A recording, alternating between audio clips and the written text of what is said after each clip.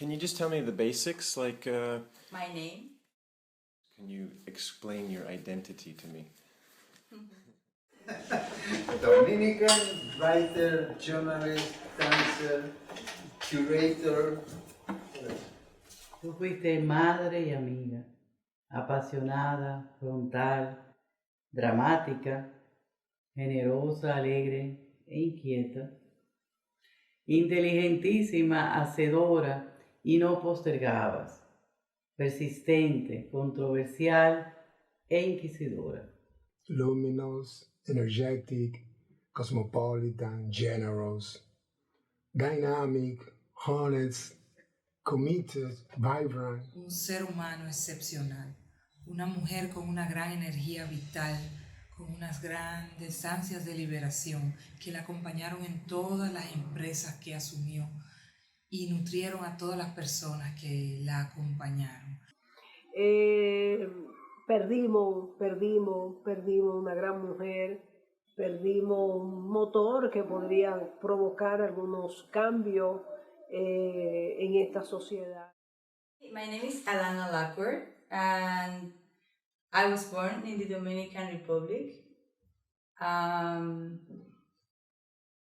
would explain my identity as being, first of all, Caribbean, then Dominican and Haitian, and then transnational. Conocí a Alanna Lockward en Puerto Plata, lugar de donde proviene su familia paterna y con el cual nunca perdió su vínculo ni su esencia. El origen de su familia fue un incentivo permanente en la búsqueda de su verdad, de su decolonización personal. Ella de que tenía un tío, lo leí en algunos de sus ensayos, que tenía un tío que recibía muchas revistas internacionales y que dentro de esas revistas estaba Martin Luther King, que ella le contaba a su papá, papá, yo quiero ser racista. Y el papá le dice, ¿cómo? Sí, yo quiero ser como Martin Luther King. Entonces el papá le dice, bueno, Alanna, pero precisamente Martin Luther King lucha contra el racismo, así que tú estás confundida. Bueno, entonces sabemos que todas esas construcciones fueron haciendo una Alanna decolonial, antirracista, defensora de las mejores causas. Alanna didn't had one life, but many multiple lives. And I think this is because of her energy and the urgency she was feeling in her work. Multiple lives across continents, across disciplines, across people, represented a very fertile ground for planting many seeds, and this is what she did. I first got to spend a good chunk of time with her at an event she did at Framer Framed in Amsterdam in 2014. Alanna became a model for navigating global blackness while inserting herself and the Dominican Republic in this conversation, with criticality and rigor, but lovingly through marronage and self-affirmation. Her work was centered in healing from modernity and coloniality, healing Dominican-Haitian relations, gender discrimination, mental health, institutional and social hierarchies. I got to briefly but intensely immerse myself in this space of multidisciplinary healing during her last bebop, where I was so lucky to have been invited to present my work at in Berlin and London.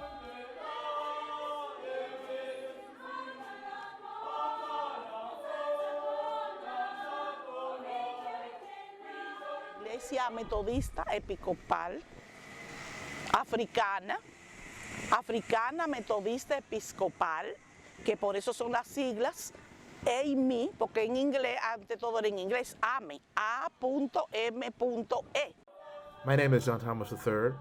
I am the editor of the Christian Recorder, the official newspaper of the AME Church, and a general officer of the AME Church.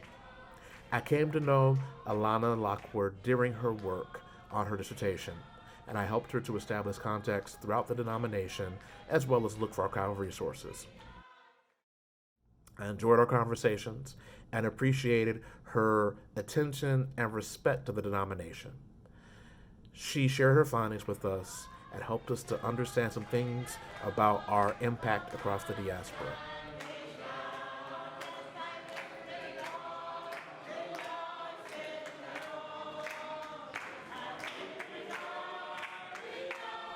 Hello, my name is Patricia Karsneld. I am a visual artist, a womanist, and an activist. And I met Alanna in 2013 during the Bebop in Berlin. And it was, for me, a mind-blowing experiences. Podemos decir que Alanna Lockward se nos fue a destiempo.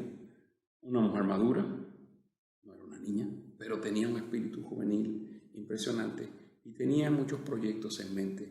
Recién acababa de terminar su doctorado, un doctorado que recogía sus inquietudes y también sus experiencias y que permitía ver la sociedad dominicana de otra manera. Porque ella es una persona que siempre estuvo detrás de proyectos nobles, inteligentes y comprometidos. Alanna fue una persona que llevó en su vida la misión de enaltecer la verdadera identidad nacional dominicana. Y en esa brega coincidimos permanentemente. Para mí, Alanna hizo enormes contribuciones al panorama artístico e intelectual dominicanos. Como periodista, fue una de las primeras en cruzar a Haití en los años 90 a cubrir eventos políticos a raíz del golpe de Estado a Aristide, oportunidad que aprovechó para hacer reportajes únicos sobre la vida de los dominicanos y las dominicanas inmigrantes en el país vecino. De esta manera se convirtió en una de las primeras en querer entender a Haití más allá de los prejuicios que conforman el gran tabú o la gran frontera psicológica entre nuestros dos países. El segundo gran aporte de Alanna ha sido el de ser pionera en promover las artes visuales y de performance de los artistas de la diáspora dominicana, como Nicolás Dumit y Josefina Báez, a quienes llevó a República Dominicana ya en el año 2000, y a Ingrid Madera, Mónica Ferreras y Charo Oquet, entre muchos otros, cuyas obras ayudó a promocionar en exposiciones internacionales. En lo personal, siempre recordaré a Alanna como una de las personas más valientes que he conocido en mi vida. Tenía un gran arrojo y siempre combatió el racismo y el sexismo, de lo cual ella misma fue víctima numerosas veces. A pesar de ello, nunca se amedrentó, al contrario.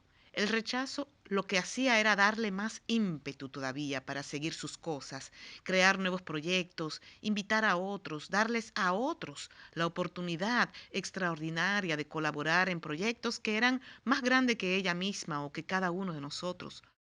En uno de sus últimos proyectos, que fue la iniciativa de crear un espacio cultural de diálogo e intercambio entre la República Dominicana y Haití.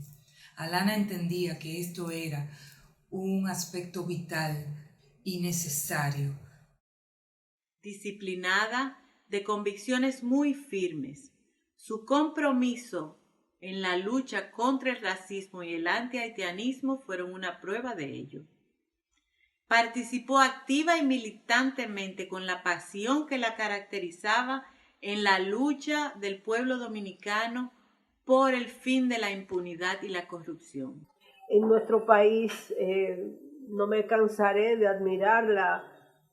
Yo hablaba con Alanna y uno le podía plantear cualquier cosa, como esta última que le planteé, lo de la abolición de la esclavitud. Inmediatamente Alanna decía, sí, vamos a hacerlo. Para mí fue impactante llegar una tarde-noche en Té a una presentación del libro de un Haití dominicano que tenía Alanna y yo encontrarme con el parqueo lleno de policías, porque Alanna era una mujer que estaba planteando cambios en esta sociedad, y esta sociedad que se resiste al cambio da respuestas que podrían ser violentas. Y Alanna nunca se amedrentó. Pero ciertamente tuvo la valentía de nombrar lo innombrable, hablar de la existencia de un Haití dominicano. Durante su vida construyó muchos puentes en esta isla partida por el colonialismo, por el racismo, por los sectores de poder. Reunió alrededor suyo una serie de personas y saberes, siempre con un ánimo contestatario, cuestionador, buscando desmontar mitos siempre desde la óptica decolonial. She's somebody who had dreams, had passions, and she followed all of them without reservation. And I remember feeling, that's what I want to do. That's how I want to be. And we were hanging out in the Zona Colonial, just drinking margaritas and talking about life. And I remember talking about the things that I wanted to do in the future. And Alanna said to me, I did all of the things that I set my heart to. And I just remember feeling inspired, feeling like here's this woman who wanted to change the world, and she just went out and did it, you know. What do you currently do for a living?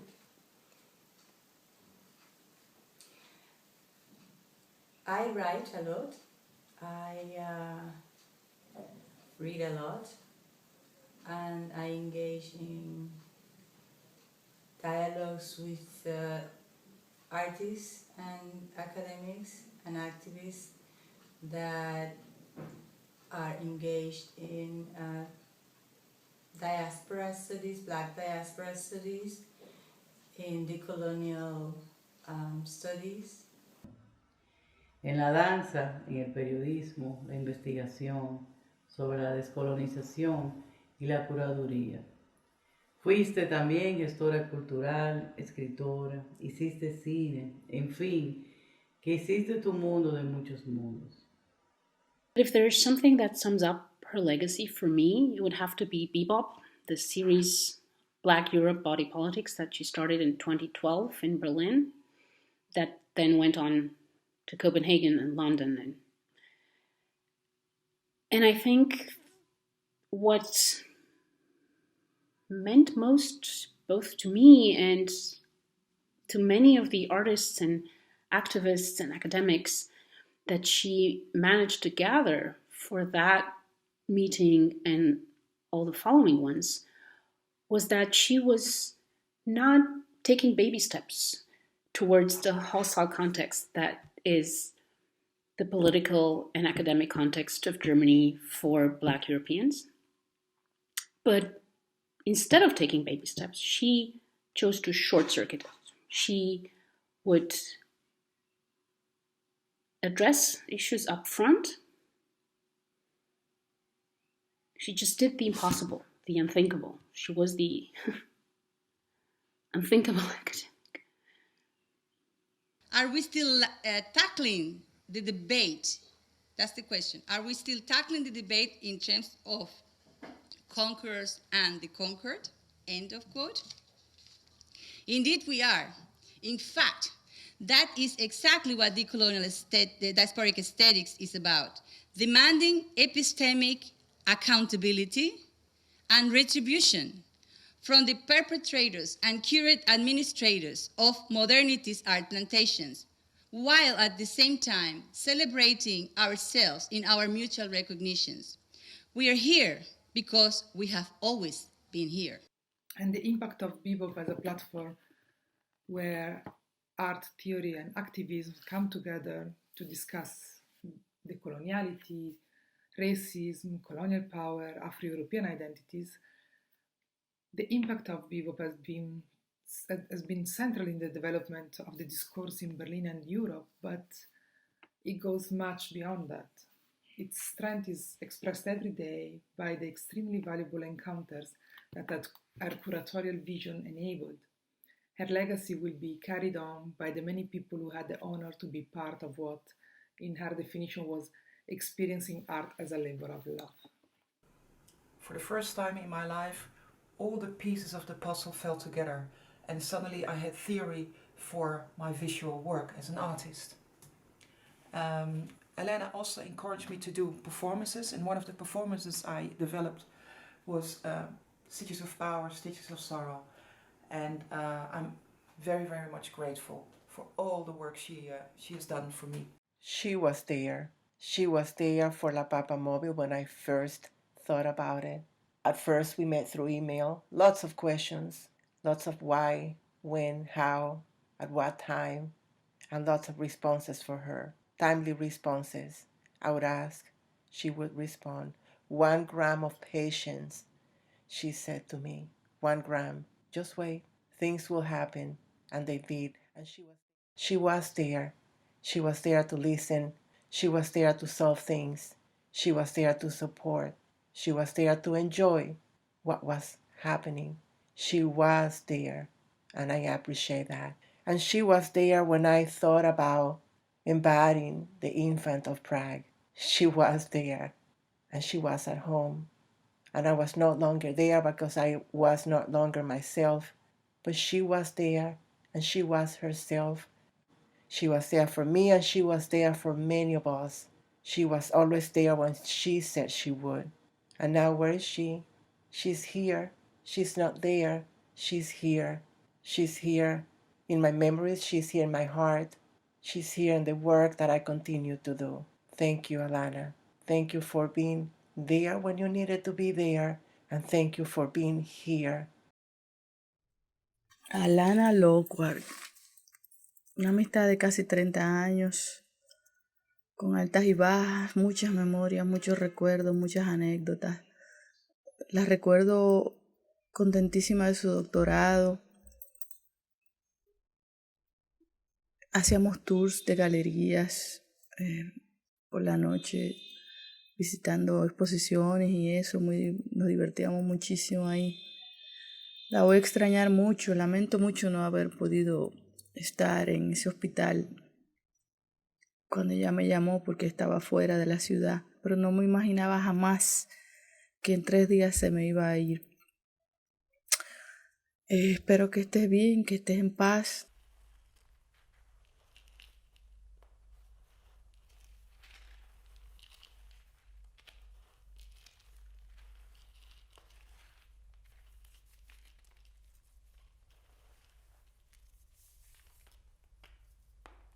Alanna Lockward became my dear friend, mentor, and beautiful soul sister. She was an incredible thinker, extraordinary producer, unapologetic curator, and fierce warrior, to name a few of her skills. Alanna invited me to take part in the first Berlin edition of Bebop in 2012. The bar was incredibly high, but at the same time, I instantly felt the significance of this project, especially due to the embrace of artistic practices. Moreover, the feeling of belonging overwhelmed me. So did the love and strong connectivity among the Bebopians, who later became like a second family to me. I want to express my gratitude for Alanna including me on her impressive journey, for inspiring me constantly and for pushing me to do better all the time. I salute her for creating such significant moments for so many people. She will be an eternal inspiration. Alanna, confieso que me es difícil todavía de hablar de una Alanna en pasado. A mí me ha dolido mucho esa desaparición física, esa ida así, de esa manera como tan rápida, tan inexplicable, de la amiga que estaba ahí, de que uno se iba a juntar, de que teníamos cosas que hacer, planes, y Alanna irse así, de esa manera tan inexplicables. Son de las cosas que le pasan que uno nunca se va a como acostumbrar a que uno va a pasear la ciudad colonial y que uno no se va a encontrar con Alanna. Te admiré desde que te conocí y quiero que sepas, sin lugar a dudas, que tu legado es grande a pesar de que tu vida no fue tan larga. A mí, la batracia como tú me decías, me queda bien claro que larga vida tendrá tu memoria, entre muchos y en muchas tierras. Es cada vez más necesario e importante luchar, continuar su lucha y repudiar el racismo, la intolerancia en especial en contra de nuestros vecinos haitianos. Por eso, su partida tan a destiempo es obvio que deja un vacío entre aquellos que hemos tratado de luchar por enaltecer la verdadera identidad nacional dominicana.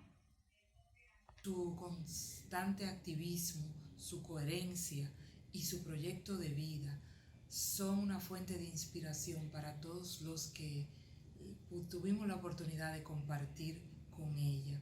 Bravo, Alanna, por haber sido lo que fuiste. Bravo, Alanna, por todo lo que hiciste. Bravo, Alanna, por el legado que nos dejas. Ojalá que también nosotros podamos osar escribir una historia distinta, sensible, solidaria,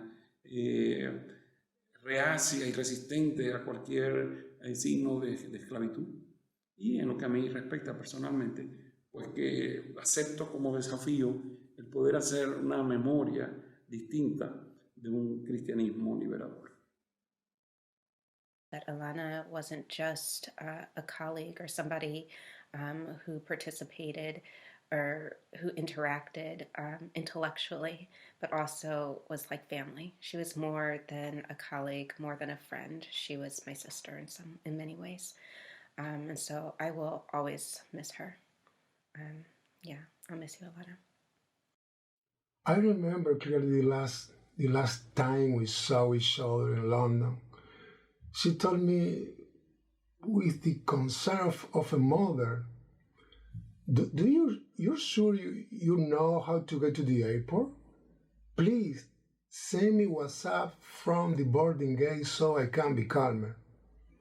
And then with a virtual Dominican firewall pointing to me with her finger, don't lose yourself, okay? No te pierdas.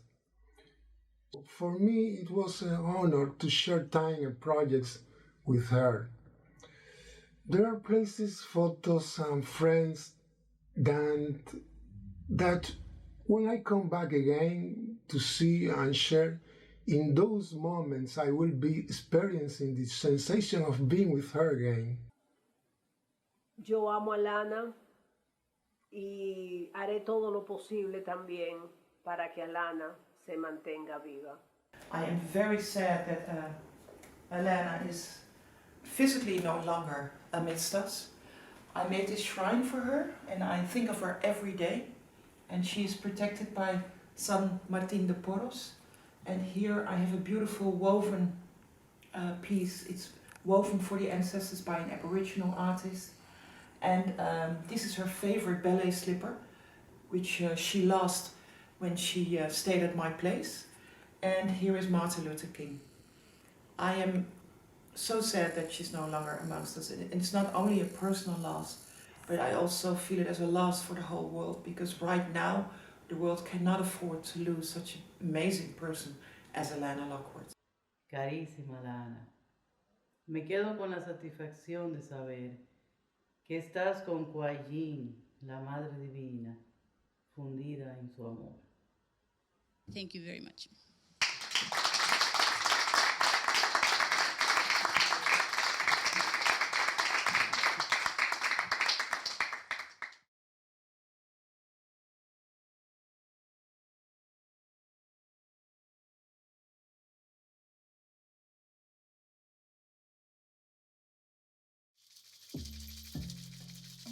From the heart of Haiti, for our sister Alanna.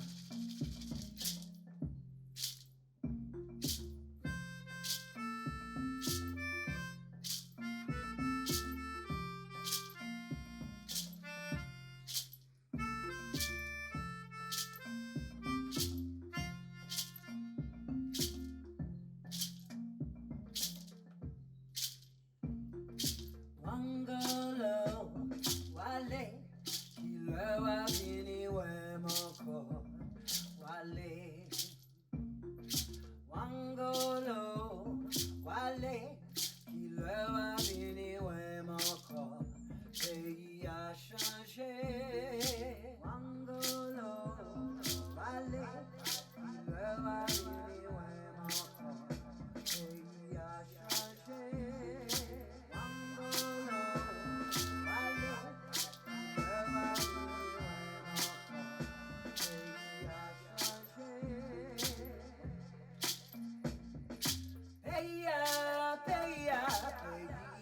changer. Pays